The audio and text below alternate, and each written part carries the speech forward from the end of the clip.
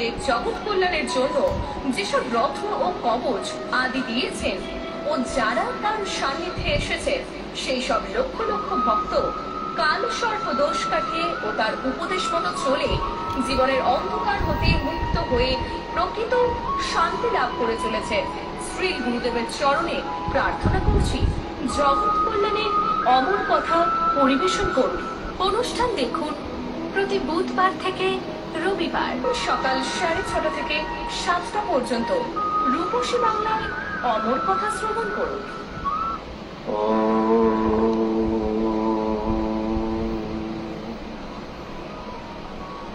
यं ब्रह्मा वरुणीन्द्ररुद्रमरुतः स्तुन्वन्ति दिव्यैस्तवैः वेदैः साङ्गपदक्रमोपनिषदैः गायन्ति यं सामगाः ध्यानवस्थिततद्गतेन मनसा पश्यन्ति यं योगिनो यस्यान्तं नो विदुः सुरासुरगणः शिवाय तस्मै नमः।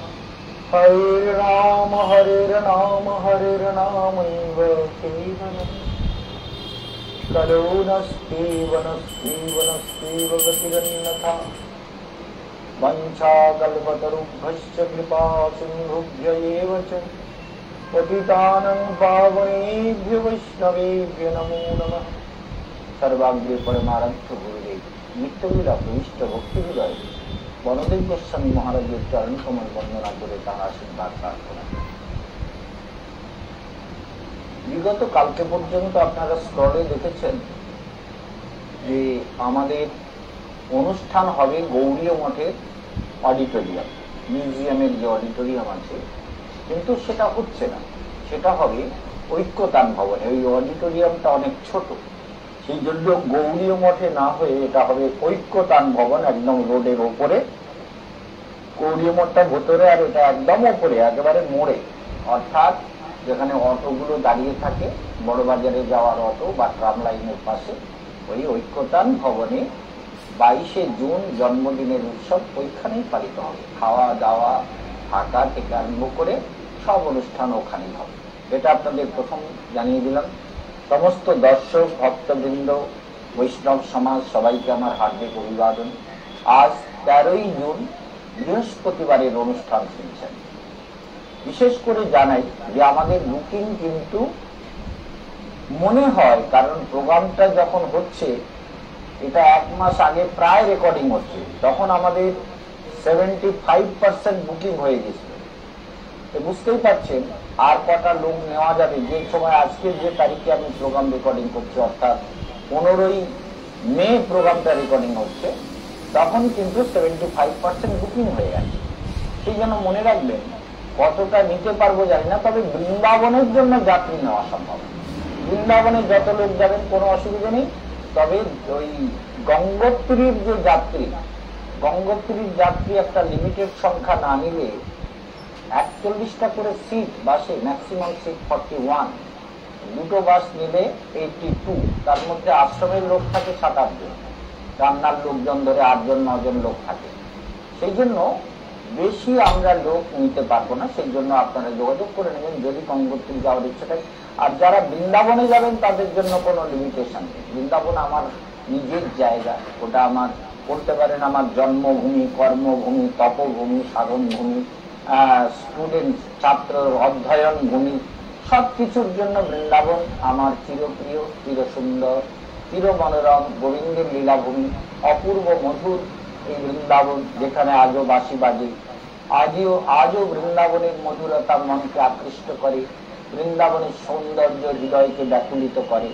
সেই জন্য যারা শুধু বৃন্দাবন যাবেন পরিক্রমায়, তাদের মাথা পিছু 7,500 টাকা লাগবে। আর যারা পুরো পরিক্রমা করছেন তাদের টোটাল লাগছে 17,500। আর শুধু গঙ্গোত্রী প্রোগ্রাম করবেন তাদের লাগছে 10,500। এগুলো আমাদের পূর্বেও বলা হয়েছে, আপনাদেরকেও আজকেও জানিয়ে দিলাম যে আপনারা সবাই এই ব্যাপারগুলোকে মাথায় রাখবেন এবং সবাই সেইভাবে তৈরি হবে। আর বুকিং টুকিং এর ব্যাপারে যোগাযোগ করে নেবেন। আর একটা অ্যানাউন্সমেন্ট হলো, 21শে জুলাই পড়েছে গুরু পূর্ণিমা। অনেকে দীক্ষা নেওয়ার জন্য তৈরি এবং তারা দীক্ষা নিতে অনেকে আসবেন, একটা রাজ পরিবারের থেকেও কেউ কেউ আসবেন, তারা দীক্ষা নেবেন।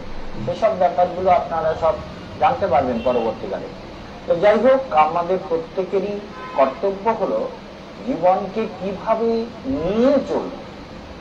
আমরা মানুষকে অন্যের সঙ্গে আমাদের এটাই তফাৎ যে আমরা বিচার করতে পারি, ভাবতে পারি, ধ্যান করতে পারি, মনন করতে পারি, চিন্তন করতে পারি, ডিসাইড করতে পারি। হ্যাঁ, ডিসাইড করার ক্ষমতা রয়েছে যে আমি এইটা করব, এটা করব না, কোনটা আমার উচিত, কোনটা অনুচিত। এটা কিন্তু আমাদের মধ্যে, মনে রাখবেন, একটা তো দেহ, আর একটা মন, আর একটা আত্মা। এই আত্মার সঙ্গে আপনার বিবেক রূপী ভগবান কিন্তু বসে আছে। তিনি বলে দেন এটা করলে, কিন্তু সে পাপীকেও বলে দেন। তো পাপের প্রবৃত্তিটা এত তীব্র যে ইন্টারনাল গাইড যে ভগবান, ভেতরে অন্তর্যামী গুরু রূপে যিনি আছেন, তিনি গাইড দিলেও পাপের প্রবৃত্তির তীব্রতার জন্য সেখানে সেইটা সে গ্রহণ করে না। যেমন আমরা কিন্তু প্রতিনিয়ত মন্ত্র জপ করি। কেন? জপাত সিদ্ধি, জপাত সিদ্ধি, জপাত সিদ্ধি ন সংশয়। জপেই সিদ্ধি লাভ হয়। সেই জন্য যতক্ষণ পর্যন্ত জপের নিরন্তর অভ্যাস না করবেন, জীবন কিন্তু সুন্দর হবে না। এটা মাথায় রাখবেন। সেই জন্য আমরা করি, কিন্তু যারা করে না তাদের জীবনটা অন্যরকম। মানুষকে ডিসাইড করতে হবে যে আমার একটা তো আমার শরীরকে ঠিক রাখতে গেলে আমাকে খেতে হয়, আর ঘুমোতে হয়, সবকিছু করতে হয়। শরীরের ধর্ম এটা। মনকে ঠিকঠাক রাখতে গেলে একটু মনের মতো পরিবেশ পরিস্থিতি, খাওয়া দাওয়া, সঙ্গী সাথী ইত্যাদি। আরেকটা হলো আত্মার উন্নতি করতে গেলে আত্মচিন্তন। অহম আত্মানম মনসা স্মরামি। কেশবানন্দ কিন্তু বলে অহম কেশবানন্দম মনসা স্মরামি, অহম বেঙ্কটেশম মনসা স্মরামি, অহম বৈকুণ্ঠপতি নারায়ণম মনসা স্মরামি। তাহলে মন্ত্র এবং মনের স্মরণ, কথাগুলো কি মনকে বলছে তুমি স্মরণ করো, বৈকুণ্ঠপতিকে সে মন তুমি স্মরণ করো, কেশবানন্দের আত্মাকে। কেশবানন্দের বডিটা তো কেশবানন্দ, এই দেহটা তো অনিত্য, এটা তো কেশবানন্দ না। তাহলে কে আছে? অহম মম আত্মানম মনসা স্মরামি, কারণ আমি ভগবানের অংশ। অহম ব্রহ্মাস্মি অয়ম আত্মা ব্রহ্ম, ওম অহম মম আত্মানম মনসা স্মরামি। তাহলে এই চৈতন্য শুদ্ধ সচ্চিদানন্দ রূপম মনসা স্মরামি, সচ্চিদানন্দ রূপে আমি স্মরণ করি। তাহলে মনে রাখবেন, যত স্মরণ করবেন তত মঙ্গল হবে, আর যত বাদ দেবেন তত সমস্যা হবে। এই জন্য আপনাকে নিরন্তর চেষ্টা করতে হবে যে কেশবানন্দ বন মহারাজ আপনাকে যে উপদেশগুলো দেন সেগুলো জীবনে প্র্যাকটিক্যাল করা উপদেশ। যত মানবেন, যত ভাববেন, যত বিচার করবেন, তত আপনার তপস্যা সুন্দর হবে, জীবন সুন্দর হবে। সেই জন্য দেখুন, ভগবান ঋষভদেবের কথা আমরা শুনছিলাম। ভগবান ঋষভদেব কিন্তু তার পুত্রদেরকে এবং প্রজাদেরকে উপদেশ দিচ্ছেন। এইটা হচ্ছে গুরুর কাজ। এবং ঋষভদেব বলছেন নুনম প্রমত্তঃ কুরুতে কর্ম। জীব যখন বিষয়ে প্রমত্ত হয়ে যায়, প্রকৃষ্ট রূপেণ মত্তা, মত্ত মানে পাগল, পাগল হয়ে যাওয়া, প্রকৃষ্ট রূপেণ পাগল, বিষয় ভোগে পাগল। বিষয়ের আশা মন ছাড়ছে না, হাজার চেষ্টা করে মনকে আলাদা করা যাচ্ছে না, বিষয়ের দিকে মন দৌড়ে চলে যাচ্ছে। গুরুদেব দয়াময়, গুরুদেব দয়াময়।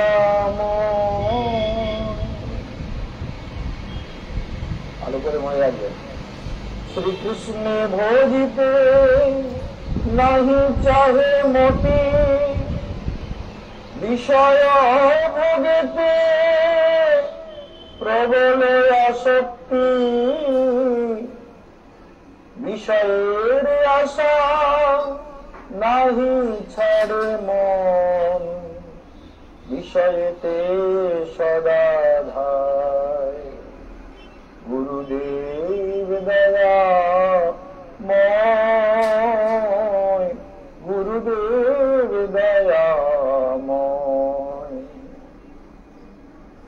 তাহলে চিন্তা করতে পারছে বিষয়ের দিকে মন দৌড়াচ্ছে, মনের গতিটাই বিষয় গতি।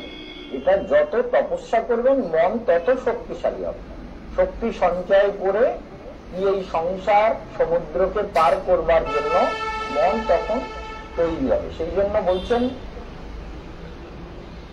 যতেন্দ্রিয় কৃতয়ে আপ্রিণতি, পাগল হয়ে কি করে, বিকর্ম করে, যা করা উচিত না তাই করে। কর্ম সম্পর্কে ব্যাখ্যা করেছি, শুনেছেন শুনেছেন না? নিশ্চিত শুনেছেন। কেশবানন্দ মহারাজ কোনো কথা ছেড়ে দেন নাকি? কর্ম, অকর্ম আর বিকর্ম। কর্ম হচ্ছে বেদ প্রণিহিতম কর্ম, বেদ প্রণিহিতম ধর্ম। আজকাল দেখবেন নানান রকম প্রশ্ন উঠে দাঁড়াচ্ছে, নানান কথা হচ্ছে, নানান রকম বিচার আসছে। আপনারা ফেসবুকে ইউটিউবে কত কিছু শুনছেন। কেউ পড়ে কথা বলছে, বেশিরভাগ আনপড় গোয়ার অপদার্থ, শাস্ত্র জ্ঞান নেই, তারা অনেক কিছু উল্টো পাল্টা বলে দিচ্ছে। কিন্তু একটা লোক খুব ভালো বলেন, যিনি শাস্ত্র সত্যি সত্যি পড়েন, বিজেপির হচ্ছে সুধাংশু দ্বিবেদী। যে লোকটা যখন কথা বলে তার পিছনে লজিক, ভারতীয় দর্শন, বেদের প্রমাণ, পুরাণের প্রমাণ, শাস্ত্র প্রমাণ। কিন্তু একজন বড় লয়ার, কিন্তু এই যখন কথা বলে কথাগুলো শুনবেন। মহারাজ সার্টিফাই করছে যে সুধাংশু দ্বিবেদী যখন কথা বলে তখন শুনবেন সে কিভাবে প্রমাণ সহ এক একটা বিষয়কে তুলে ধরছে। দেখুন, ধর্ম নিয়ে অনেক রকম বিভাগ। জগতে ধর্ম নামে যত কিছু চলে, ভাগবত করে তাহা পরিপূর্ণ ছলে। ছলনা, কখনো ভোগের কখনো ত্যাগের ছলনায় মন।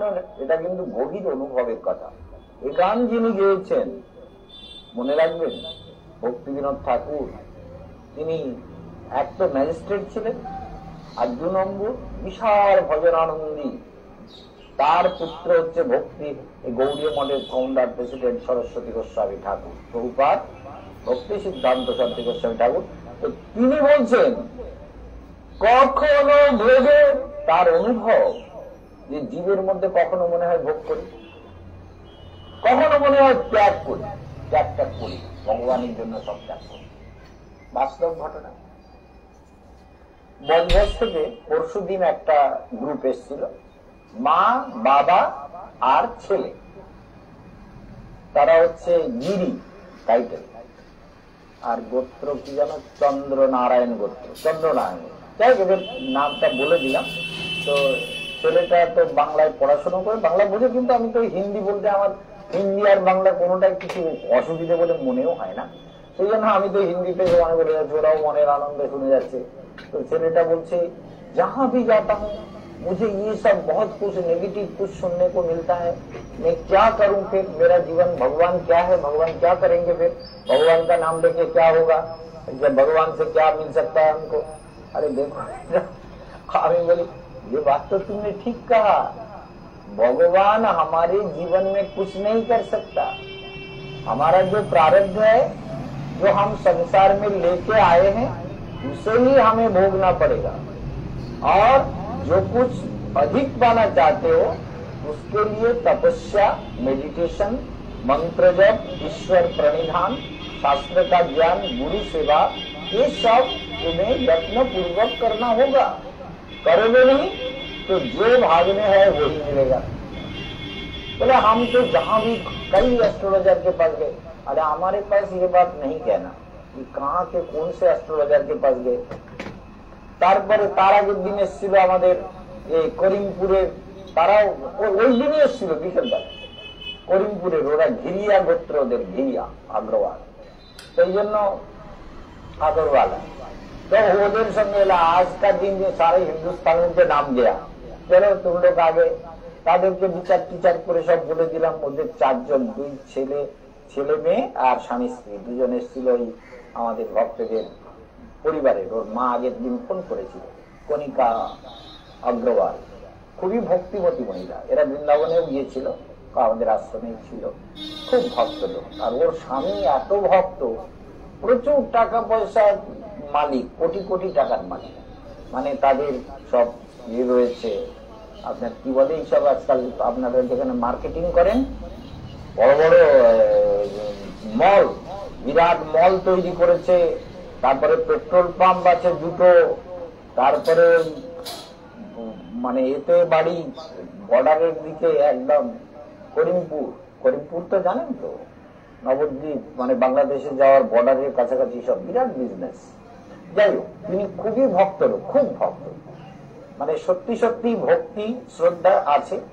কিন্তু তার মধ্যে বুঝতে পারছেন অগ্রওয়াল মানে বেনিয়া, কৃপণতাও আছে, ওটা থাকে, ওটা জীবের স্বভাব। কারণ জীবের এই যে বিষয় তৃষ্ণা না, এ বড় ভয়ঙ্কর। মরে যাচ্ছে, তবুও কোনটা কি ব্যবস্থা করা গেল সেটা নিয়ে চিন্তা নিরন্তর লেগে আছে। বিষয়ের আশা নাহি ছাড়ে মন, বিষয়েতে সদা ধায়। এই সংসার নানান যাতনার ক্ষেত্র। সেই জন্য মনে রাখবেন, ঋষভদেব বলছেন, দেখো, নো সাধু মন্যে যত্র আত্মনু অয়ম অসন্নপি ক্লেশত আসদ। আসদ দেহ, দেহ এই যে ক্লেশত আসদ, যত ক্লেশ, মানে যত দেখি সব ক্লেশ। মনে রাখবেন, নো সাধু মন্যে যত আত্মনো অয়ম অসন্নপি ক্লেশত আসদ দেহ। তাহলে ঋষভদেব বলছেন এগুলো কিন্তু সাধু পথ না। সাধু শব্দগুলো মনে হয়, সাধু মানে সৎ, এটা সৎ পন্থা না। প্রহ্লাদ মহারাজ বলছেন, নো সাধু মানে অসুর বৈদেহী নাম। এখানে ঠিক একই কথার প্রতিধ্বনি হয়েছে। হিরণ্যকশিপু বলছেন, তুই কি বিদ্যা লাভ করলি রে খোকা? গুরুদেবের বাড়িতে ওই ছন্দামর্ক কাছে তোকে দিলাম, তোর তো অনেক প্রশংসা শুনি, তুই সব শিখে যাস। ওরা এসে বলছে, হ্যাঁ মহারাজ, আপনার ছেলে বিরাট স্মৃতিশক্তি, আপনি জিজ্ঞেস করুন, আপনার ছেলে সব, মানে যা শেখায় সব শিখে যায়, বিরাট স্মৃতিশক্তি। আরে কেশবানন্দের কি স্মৃতিশক্তি, তার থেকে কত 100 গুণ বেশি স্মৃতিশক্তি, বিশাল স্মৃতিশক্তি আপনার পুত্র। বলে, হ্যাঁ তাই নাকি? কেশবানন্দ তখন জন্মায়নি বলে, তবু কেশবানন্দের মাঝখানে ঢুকিয়ে দিতে, বুঝতে পেরেছেন? তো কেশবানন্দকে ঢোকাতে হবে, না হলে আপনাদের বোঝানো যাবে না। সেই জন্য মনে রাখতে হবে, প্রহ্লাদ মহারাজ বললেন, নো সাধু মন্যে অসুর বর্য। পিতাকে বলছেন অসুর বর্জ, বর্জ মানে শ্রেষ্ঠ, অসুর শ্রেষ্ঠ, এই অসুরের আজ।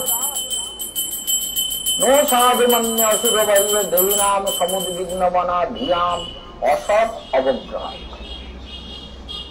কি হয় বলে, এই মানুষগুলো, জীবগুলো, ভালো করে মনে রাখবেন, ধিয়াম অসৎ অবগ্রহ। এই জন্য মনে রাখবেন, নো সাধু মন্যে, আমি এটা সাধু মনে করি না। কেন বলে, অসৎ বস্তুর ধ্যান করে না, নিন্দার। অসৎ মানে নাজবান। কি জানি বাবাটার খুব শরীর খারাপ, মরে যাবে কিনা, কি জানি মাটার এই প্রবলেম কি হবে, কিংবা ছেলেটার কি হবে, কিংবা টাকাটার কি হবে, লোক এই করে এই প্রবলেম হচ্ছে, এই সময় কেন আমার এত সমস্যা এসছে। গ্রহের ফল তো দেবেই দেবে। গ্রহগুলো আমার জীবনে, আপনার জীবনে প্রতিদিন ফল দেয়, মনে রাখবেন। সেই জন্য গ্রহের ফল তো পেতেই হবে। গ্রহ কর্ম কাল, এই গ্রহ কর্ম এবং কাল, কাল অনুযায়ী। কাল যেমন এখন দেখছেন তো, এখন কিন্তু বর্ষাকাল শুরু হয়েছে। এখন 22 তারিখে জন্মদিন পালন হবে, অবশ্যই সেখানে অনেক বড় জায়গা, কোনো অসুবিধা নেই, যত লোক আসবেন কোনো অসুবিধা নেই। তো যারা দূর থেকে আসবেন রাত্রে থেকেও যেতে পারেন, কোনো ব্যাপার হবে না। ঐক্যতান ভবনে যেহেতু জন্মদিন পালিত হবে, একদম গঙ্গার থেকে সেই সামনে বাড়ি, তো সেই জন্য সেখানে আপনারা যদি চান যে জন্মদিনে আমরা গুরুদেবের কাছে থেকে যাব, যারা দূর থেকে এসছি আমরা ফিরবো না, তাহলে 2-4 জন তো থেকে যেতে পারেন। কারণ পুরো দিনের জন্য সকাল 7টা পর্যন্ত আমাদের ভাড়া থাকবে, 7টার মধ্যেই ছেড়ে দিতে হবে। তো আমাদের সকাল থেকে, আগের দিন সকাল থেকে 22 তারিখে জন্মদিন, 22 তারিখ থেকে 23 তারিখে সকাল পর্যন্ত বুকিং। তাই আপনারা কি করবেন? আমরা আর কি করবো? আপনি তো সব বলছেন নো সাহায্য মানবে। প্রহ্লাদ মোয়ার এখানেই ইয়ে বলছেন, ঋষভ দেব বলছেন নো সাধু মান্যে যত আত্মনো, আত্মাকে ছাড়া আর কিছু সাধু না। এই যে জীবের দেহ ধারণ করা, সংসার পরিক্রমা করা, বিষয় ভোগ করা, বিষয়ের দিকে দৌড়ানো, বিষয়ের প্রতি মনের অভিনিবেশ, কত জন্ম ধরে সঞ্চয় করেছেন তা ঠিক আছে।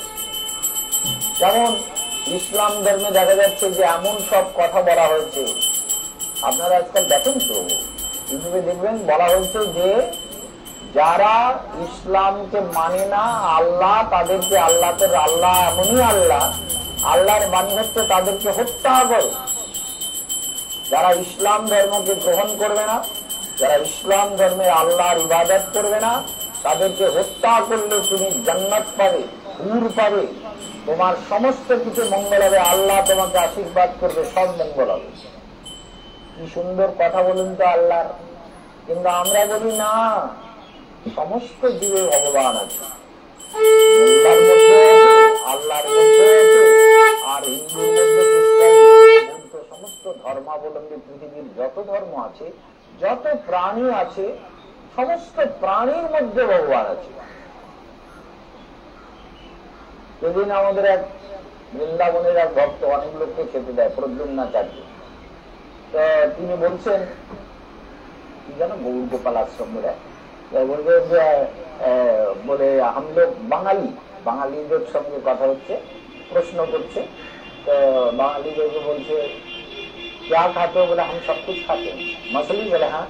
और बोले सब कुछ, बकरा और मछली और मुर्गी इत्यादि सब कुछ खाते हैं। बोले बकरा कितने में आता है? बोले 5-7 हजार में आ जाता है एक बकरा, काट के खा लेते हैं।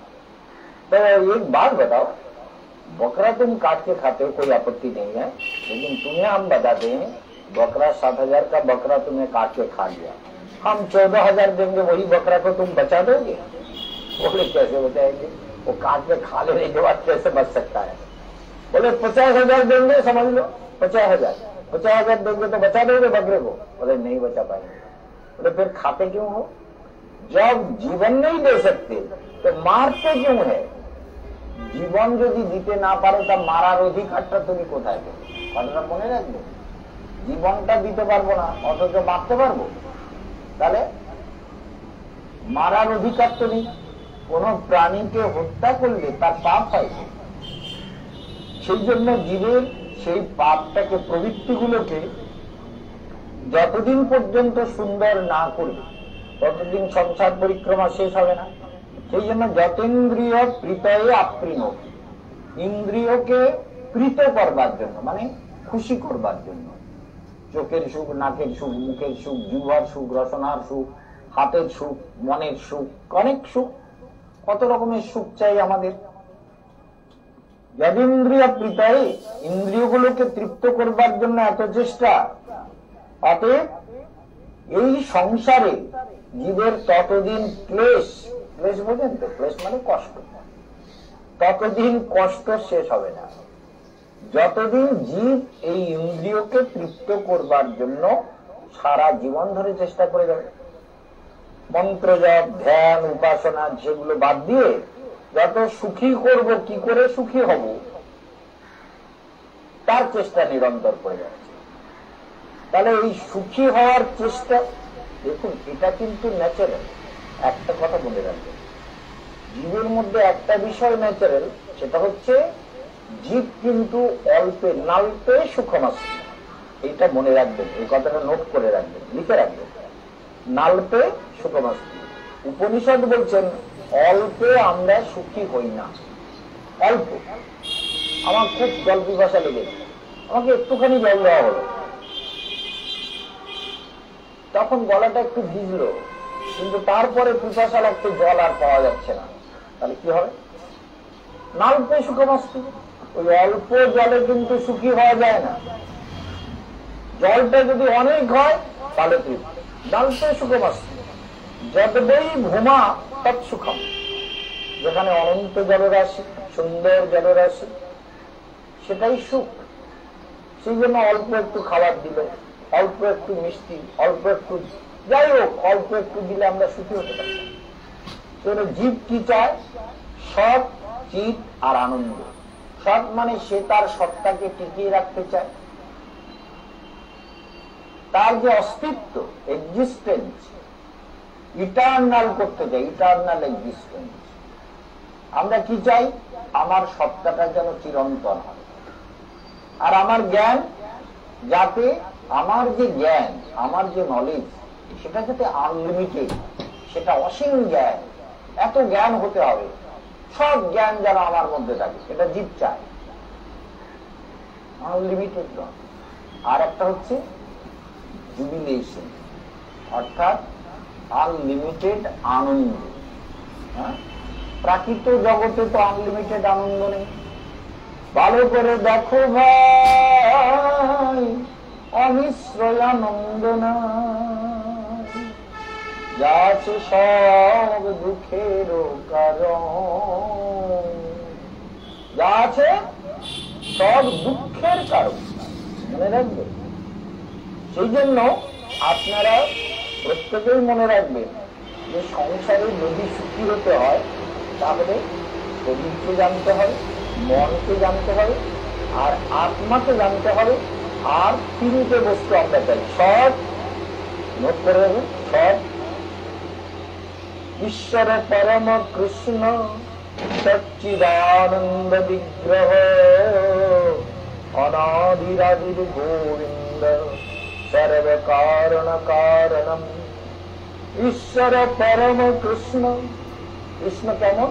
বলে সৎ, চিদ আর আনন্দের ঘনীভূত মূর্তি, মানে তার সত্তা কোনোদিন বদলায়নি। আজ থেকে ৫,০০০ বছর আগে কৃষ্ণ এসেছিলেন, তার 10,০০০ বছর আগেও কৃষ্ণ ছিলেন, তার 20 লাখ বছর আগেও কৃষ্ণ ছিলেন, আজও কৃষ্ণ আছেন।